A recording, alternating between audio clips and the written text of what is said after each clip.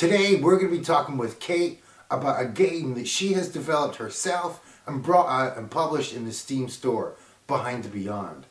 So we're going to talk about launching a game in 2021, and we've got the perfect person to talk to here today, Kate, who's just launched her game, Behind the Beyond, on Steam. So Kate, tell us a little bit about your game, Behind the Beyond. What's it about? It's a point-and-click adventure, and it's based on a Hungarian folktale. So it's a bit like a fairy tale. It's kind of structured like a fairy tale. So Awesome. It's got a narrator who's basically telling a story, and you've got the main guy, and you have lots of magical adventures. Magical adventures in the... So, how's the reception been? You've launched the demo on Steam. What have people said? Well, those who have tried the demo, Mm-hmm. basically, I think everyone said that it was awesome, that it looks beautiful. So we're happy with that. Yes, I haven't really had any negative comments. No major bugs No. or anything like that? Well, definitely, but so you know how it goes. First day you launch, and then it's basically in pieces because people start playing your game, and then all the bugs come out, all the ones that you haven't found in beta, and Sure. then you fix them, and you fix the next one and the next one, and then eventually you run out of bugs, and then it's working. So we're now at the stage when it doesn't have any any bugs, I think. Of course. So let's take a little look at your game, Behind the Beyond.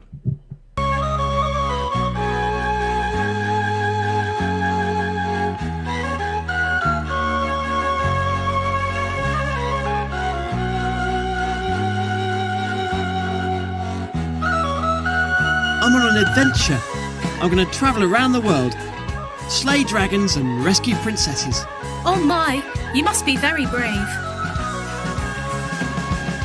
No soul dares to stay. Why not? Oh, son, don't tell me you haven't heard of the Wandering Lad. So Behind the Beyond is basically, it's a point and click adventure, much like Monkey Island or Broken Sword, is that right? Yes. And what kind of gamer do you think would enjoy that kind of game? But it's definitely appealing to the classic point and click fans, Mm-hmm. like fans of the game that you said, like Monkey Island and Broken Sword and Day of the Tentacle and such. But we are also trying to expand the horizon a bit, so trying to stretch the boundaries of a point and click game. So we came up with this idea that we should try and add some RPG bits to the classic Sure. controls. So we have skills that you can improve, and you can pick up some items and then wear them, like as a hat or a pair of glasses or something.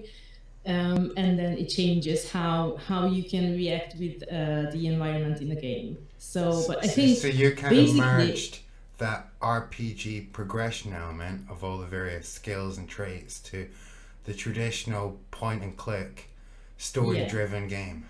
yeah, just a very tiny bit because we didn't want to go too far from the basics. Graphical style for Behind the Beyond is very unique.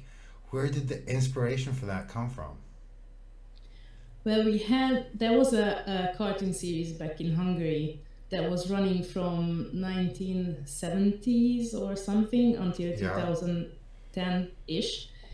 And it had like 100 episodes, and it's about Hungarian folktales.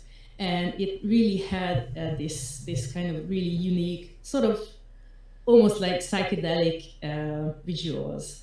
And so that's definitely one inspiration. And the other half is the fun and the humor and the sort of atmosphere of like the classic LucasArts games. So Behind the Beyond, its folk story inspirations is a bit like another very famous game series. Do you see any parallels with the Witcher series from Poland?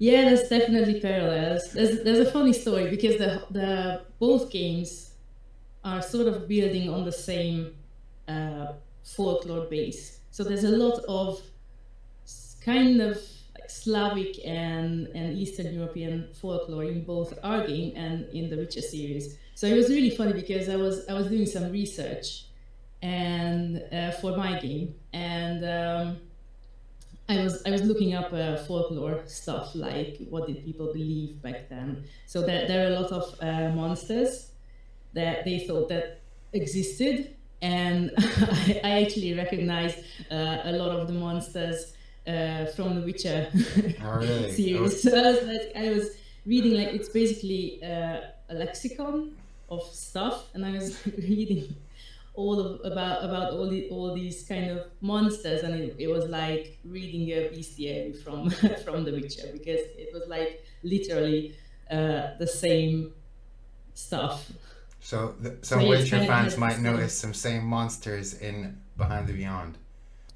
Kind of, with less gore, definitely. But yeah, so it's this is more a family friendly, light-hearted game, so there's not gonna be that much With less monster gore. With less hunting, gore. but yeah.